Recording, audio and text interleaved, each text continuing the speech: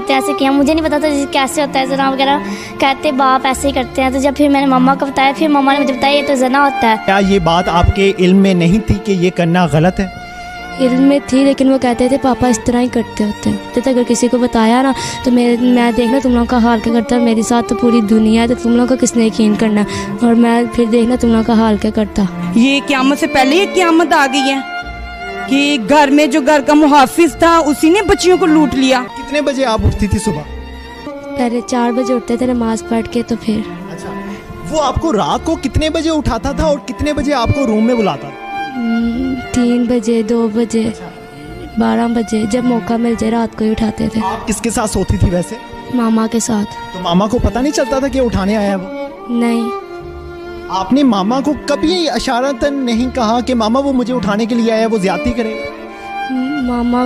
मामा हिलती ही नहीं थी, उठती ही नहीं थी। मामा को इस तरह जिस तरह पता नहीं क्या ही हुआ।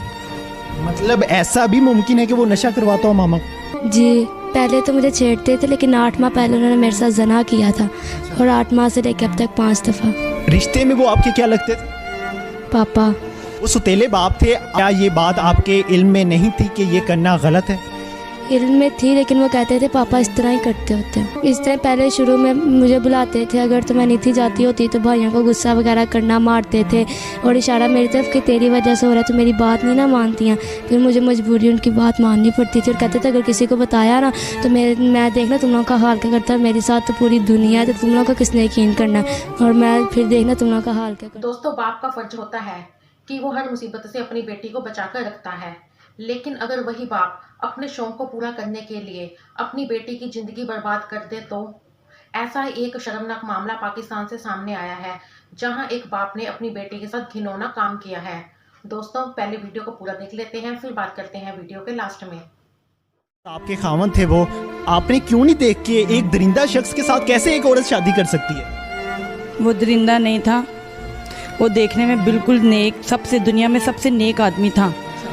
और जब हमारा रिश्ता हुआ उसमें बहुत बड़े बड़े आलिम और लोग बैठे हैं, फिर हमारा रिश्ता हुआ और फिर हमारी शादी हुई, और इसने ये कहा कि मैं बच्चों का तहफ़्फ़ुज़ की ज़िम्मेदारी लेता हूँ, मैं बच्चों की ज़िम्मेदारी लेता हूँ, इसमें जो है आपको कोई परेशानी नहीं आएगी। ये सब कुछ लिखा हुआ है और ये सब कुछ हुआ था। उसने कहा कि ये मेरी बेटियाँ हैं, और मैंने भी उससे इसीलिए शादी की थी कि इसकी अपनी बेटियाँ हैं। जब इसकी अपनी बेटियाँ, ये किसी की बेटी की तरफ नहीं देखेगा कभी भी नज़र उठा के, और मैंने उसके ऊपर इतना इत्मीनान किया कि अल्लाह के बाद मुझे यही था कि यही एक इंसान है नेक। ये अपनी बेटी पे नज़र नहीं रखी थी आपने?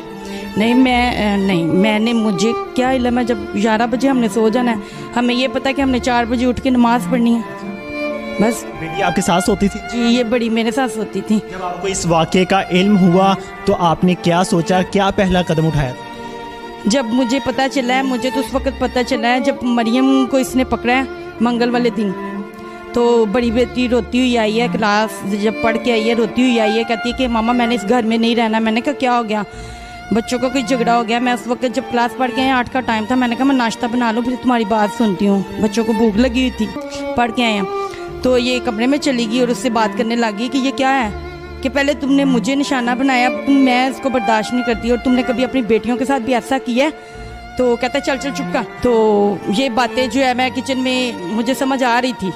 मैं फिर जब कमरे में गई हूँ बाद में, तो मैंने कहा क्या बात है? कहते कुछ भी नहीं है, ऐसी कभी कोई डांट दे तो रोने लग जाता है, रोने इनकी आदत है रोना, दादा डांटे तो रोने लग जाती है, यानी बात को इस तरह कर दिया, बच्चों के आपस में लड़ाई हो तो ये रोने लग जाती हैं, बात को गोलमोल कर दिया। चलो जाओ फातिमा, शाबाश, टेंशन नहीं लेनी, जाओ नाश्ता करो जाके। तो इसने मुझे बता दिया हुआ था। मैंने कहा अच्छा ठीक है। फिर उसके बाद मैं भाई के पास आई हूँ रोती हुई। मैंने कहा भाई मैंने नहीं उस घर में रहना। कहते क्या हो गया? मैंने कहा ये आदमी जो है ना, मेरी, इसने आज छोटी बेटी को हाथ लगाया है, तो मैं कभी भी नहीं उस घर में रहूँगी। इसने हाथ क्यों लगाया इस नीयत से? तो भाई कहते अच्छा ठीक है। वो मुझे, मेरा घर है राना टोन, वहाँ लेके गए हैं। तो मैंने कहा हाली करवा के तो मैं आज ही आऊँगी, किराए पे दिया हुआ रेंट पे। तो मैंने कहा हाली करवा के तो मैं आज ही आऊँगी। मैं जब वहाँ गई हूँ तो मैंने उनसे कहा कि मेरा घर हाली कर दो। कहते ईद के बाद करेंगे। वापस जब मैं आई हूँ, मैंने कहा मैं इतनी बात में इतनी जज्बाती हो गई हूँ, मैंने तुमसे आगे कुछ पूछा ही नहीं, हुआ क्या है, बात क्या है। मैंने छोटी को बिठा के पूछा, मैंने कहा बात क्या है। इसने मुझे सब कुछ वाज़ेह तौर पे बता दिया। और इतना वाजे बताया कि बस मैंने कहा ज़मीन आसमान होगी, पता नहीं क़यामत आ गई है, क्या हो गया। ये क़यामत से पहले ये क़यामत आ गई है कि घर में जो घर का मुहाफिज था उसी ने बच्चियों को लूट लिया।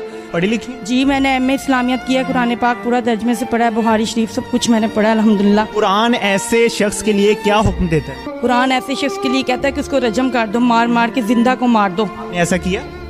नहीं, मैं ऐसा नहीं कर सकी। क्यों? इसलिए कि मैं कानून को अपने हाथ में नहीं लेना चाहती थी। आपको उन्होंने कैसे वर्गलाया? आज से 3 हफ्ते पहले ना मैं सो रही थी, रात को इतवार की रात थी। मैं सो रही थी, मुझे उठाया। कितने बजे का टाइम था?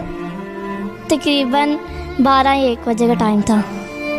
मैं सो रही थी, मुझे उठाया और गुस्से से, जैसे नहीं देखता इंसान, जैसे गुस्से से उठाए, गुस्से से देखा और उंगली से कहा चुप। तो मैं डर गई, मुझे उठाया, मेरे साथ जिस तरह जना करते हैं ऐसे किया। मुझे नहीं पता था कैसे होता है जना वगैरह, कहते बाप ऐसे ही करते हैं। तो जब फिर मैंने मम्मा को बताया, फिर मम्मा ने मुझे बताया ये तो जना होता है। तो आपने पहली दफ़ा ही मामा को बता दिया था? नहीं, मैं इतवार वाले दिन उन्होंने किया ना, फिर सारा दिन पीर वाले दिन मैं परेशान ही, जैसे इंसान को अंदर से कुछ हो ना वैसे हो रहा था। तो फिर मंगल वाले दिन जब मुझे सुबह उठाया ना, तब फिर मम्मा को बता दिया था। अच्छा, डीएनए जो रिपोर्ट्स आई हैं वो डॉक्टर ने क्या कहा? मैंने अभी 1 माह बाद आनी है। अच्छा, डॉक्टर्स ने वैसे क्या कहा है, कुछ बताया? हाँ जी, क्या बताया? उन्होंने बताया कि दोनों बच्चियों का यूज़ किया हुआ है। अच्छा जी, मैं आज ही डॉक्टर के पास गई थी, उनको रिपोर्ट्स जो मिली हैं वो चेक करवाई है मैंने, इनकी मेडिकल की रिपोर्ट। तो उन्होंने कहा दोनों बच्चियों को जो है यूज़ किया हुआ उसने। अच्छा, उस दरिंदा शख्स का पूरा नाम और जिस मस्जिद में वो पढ़ाता था उसका भी ज़रा नाम बता दीजिए। मस्जिद तौहीद अकबरी मंडी, उसका पूरा नाम मोहम्मद यूनुस भट्ट। आपके साथ निकाह में थे? जी, मेरे निकाह में थे। अब वो आपकी दोनों बेटियों को यूज़ करके गया है, क्या चाहती हैं आप, क्या कानूनी कार्रवाई होनी चाहिए? इसके लिए तो सभी यही कह रहे हैं कि इसको 100 बार भी कत्ल करके चौंक में लटकाया जाए तो उसके लिए कम है कि ये बाप और मुहाफिज होने के नाते जिसने हिफाजत करनी थी उसी वही दरिंदा बन के जो लूटने लग गया। घर का मुहाफिज, घर का चिराग बन के घर को आग लगा के चला गया। बिल्कुल जी, माँ अपने दुख में है, बच्चियाँ अपने दुख में हैं, वो बड़ी बेटी को आपने सुन लिया। खुदा की कसम, इस माशरे को तबाह कर दिया इन अमामों ने, इन जाहिल लोगों ने जिनको हम समझते हैं कि कुरान पाक की तालीम दे रहे हम। दोस्तों, आशा करती हूँ आप लोगों ने वीडियो को पूरा देखा होगा, साथ में लाइक और शेयर कर दिया होगा। तो दोस्तों, आप लोगों ने देखा कि कैसे एक पाकिस्तानी पिता ने अपनी ही लड़की के साथ घिनौना काम किया है। उसने अपनी बेटी तक को नहीं छोड़ा। दोस्तों, हमारे पड़ोसी देश के हालात इतने खराब हो चुके हैं कि वहाँ की लड़कियां अब तो अपने घर में भी सेव नहीं हैं। दोस्तों, वीडियो पसंद आई हो तो वीडियो को लाइक और शेयर जरूर करना। चैनल पर नए हैं तो हमारे चैनल को सब्सक्राइब भी जरूर कर देना। मिलते हैं नई वीडियो के साथ, तब तक के लिए जय हिंद, जय भारत।